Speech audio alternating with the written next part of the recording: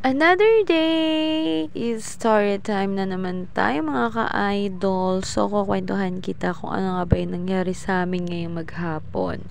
So, una, kami ay naghatid sa aming panganay. So, kami nga ay nagbabiyahe, papunta nga kami na Siniluan. Ay, may napansin yung mister ko sa tapat ng barangay hall ng Bulihan, cellphone. Sumisigaw siya ng cellphone. So, hindi ko naman nakita, hindi rin nakita ng panganay kong anak. Siya lang yung nakakita, o, 'di ba?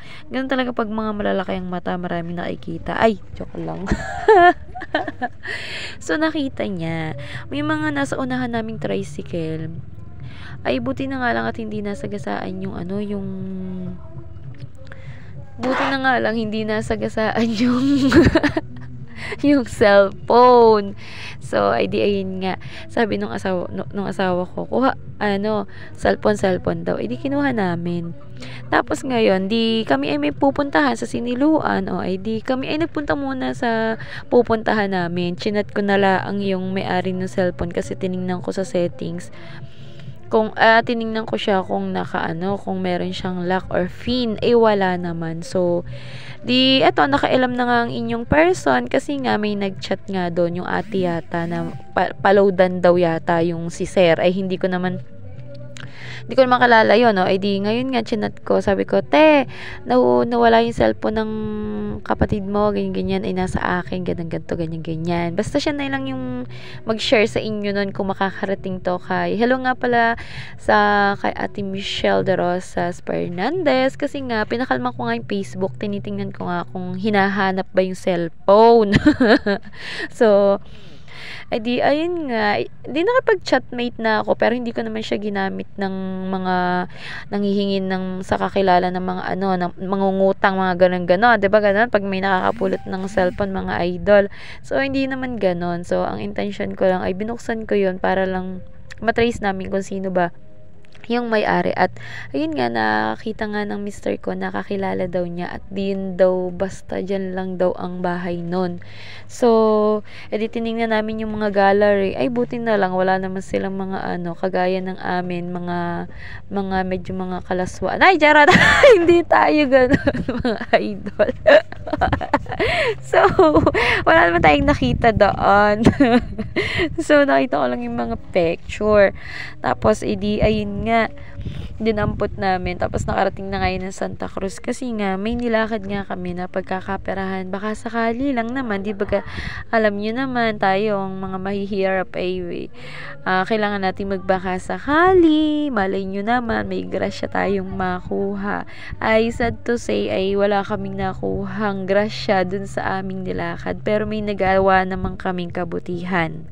So, ayan na nga guys, wala tayong napura sa aming nilakad, pero nakakatuwa naman kasi may nagawa kaming kabutihan sa ibang tao, 'di ba? Ganun lang naman kasi 'yun, 'di ba? Sabi nila kung ano yung gusto mong mata mo, di gawin mo rin sa iba. So, hindi tayo humihingi ng kapalit, mga ka-idol, So, gawin mo lang yung tama na alam mong makakabuti. So,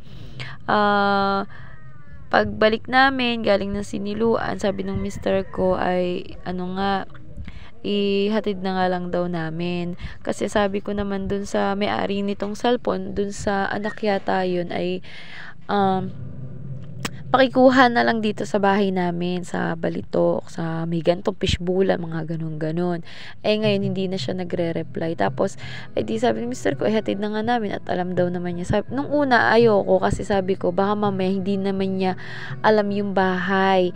Sabi niya basta magkakamag-anakan lang daw naman yun. Sabi, sige na nga, di yan, punta kami dyan sa bahay na yan. So, kung sino man po ay nakakakilala kay Ate Michelle, na ibalik na po namin yung kanyang cellphone. Alam nyo kasi, kahit na hindi siya yung iPhone, mga ganon, alam nyo yung may history or may story ang bawat pagbili ng cellphone. So, yung iba, hinuutang sa home credit, yung iba, pinangungutang sa mga card or sa mga palu-paluwagan para lang makabili ng cellphone. So, 'di ba? isipin mo halimbawa ikaw yung mawalan tapos gano'n. Pero hindi naman sa ano kasi 'di ba hindi nga pare-parehas ang tao sa mundo. So, ito yung tama tama at alam naming dapat naming gawin. So, sinauli namin ang kanyang cellphone at hindi kami nakialam ng mga Gcash.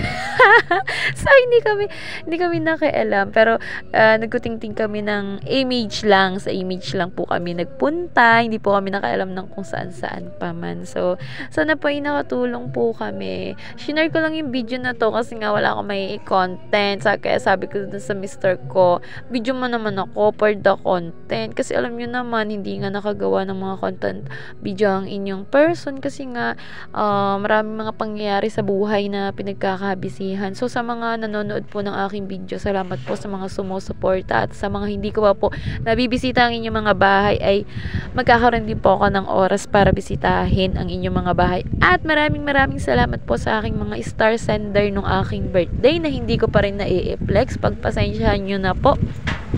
Pag po ako ay nagkaroon na ng marami-raming panahon sa pagtutok sa aking cellphone ay di akin po kayong pasasalamatan. So, ngayon pa lang po ay thank you very much. So, ayun po ang pangyayari ngayong araw na ito, January 13, 2025.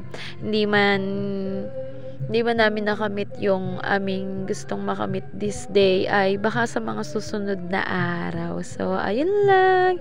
Salamat ulit sa inyong pagsuporta.